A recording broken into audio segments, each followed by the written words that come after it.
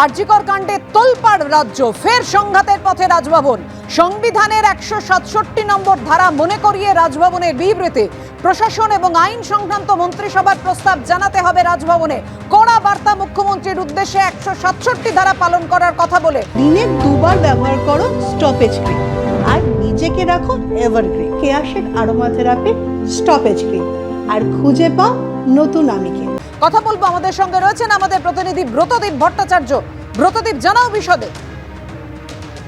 দেখো বাপিয়া, রাজভবনের সূত্রে একটি বিবৃতি জারি করা হয়েছে এবং সেখানে যেটা বলা হয়েছে যে রাজ্যপাল মুখ্যমন্ত্রীকে অনুরোধ করেছেন তিনি যেন সংবিধানের 167 নম্বর ধারা মেনে সমস্ত কার্যকলাপ করেন এবং রাজ্যপালকে সমস্ত রিপোর্ট আকারে দেওয়া হয় যে রাজ্যে কি কি সিদ্ধান্ত হচ্ছে, মন্ত্রিসভায় কি কি সিদ্ধান্ত হচ্ছে। শুধু তাই নয়, খুব উল্লেখযোগ্যভাবে যে বিবৃতি প্রকাশ করা হয়েছে তাতে কিন্তু রাজভবনের তরফে জানানো হয়েছে যে রাজ্যপাল বিভিন্ন জায়গা থেকে ইমেল পাচ্ছেন, চিঠি পাচ্ছেন, যেখানে কিন্তু তার কাছে অনুরোধ আছে যে তিনি তার সাংবিধানিক যে ক্ষমতা রয়েছে সেটা প্রয়োগ করে রাষ্ট্রপতি শাসন জারি করার ব্যবস্থা করুক। এই ধরনের মন্তব্য কিন্তু সেই বিবৃতিতে রয়েছে।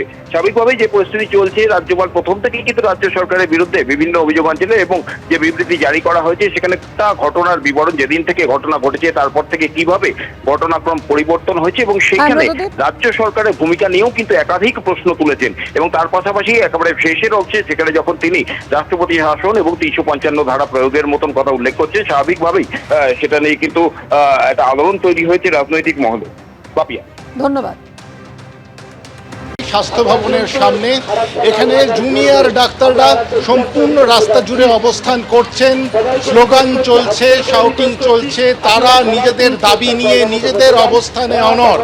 তারা দীর্ঘক্ষণ হয়ে গেল, 1.5-2 ঘন্টার ওপরে সময় পেরিয়ে গিয়েছে। তারা নিজেদের দাবি নিয়ে স্বাস্থ্য ভবনের সামনে অবস্থান করছেন, কিন্তু এখনো পর্যন্ত প্রশাসনের তরফে, স্বাস্থ্য ভবনের তরফে এই জুনিয়র ডাক্তাররা যারা এখানে আন্দোলন করছেন তাদের কাছে কোনো বার্তা পৌঁছে দেওয়া হয়নি। এখানে তারা অনেক প্রতীকী মডেল নিয়ে এসেছেন, আমরা সেই ছবিও দেখতে পেয়েছি। তারা মগজ নিয়ে এসেছেন, মানে ব্রেনের একটি রেপ্লিকা। তারা চোখ নিয়ে এসেছেন, চোখের সেই রেপ্লিকা দেখিয়ে তারা বলতে চাইছেন যে প্রশাসন এবং আইন ব্যবস্থা চোখ থাকার সত্ত্বেও যেন অন্ধ হয়ে রয়েছে। তারা যে দাবি তুলছেন, বিনীত গোয়েলের পদত্যাগের পাশাপাশি স্বাস্থ্য অধিকর্তা, সহস্বাস্থ্য অধিকর্তার পদত্যাগের দাবির পাশাপাশি তারা যে বিষয়টা বলছেন যে এতগুলো দিন পেরিয়ে গেল কিন্তু এখনো পর্যন্ত আরজিকর কাণ্ডে নির্যাতিতার খুন, ধর্ষণের পেছনে কারা দোষী তাদের চিহ্নিত করা গেল না।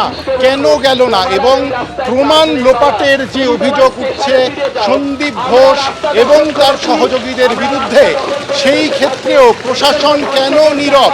কেন প্রমাণ লোপাটের সঙ্গে কারা জড়িত তাদেরকেও সামনে আনা হচ্ছে না? অনেক প্রশ্ন নিয়ে এখনো ধোঁয়াশা রয়ে গিয়েছে। তারা সেই সমস্ত প্রশ্নের উত্তর চান এবং নিজেদের যে দাবি নিয়ে তারা এখানে এসেছেন, যেমন লালবাজার অভিযানে দেখে এবার তাদের অবস্থান কোন জায়গায় থাকে, কি ভাবনা তাদের থাকে, অবশ্যই সেদিকে আমাদের নজর থাকবে।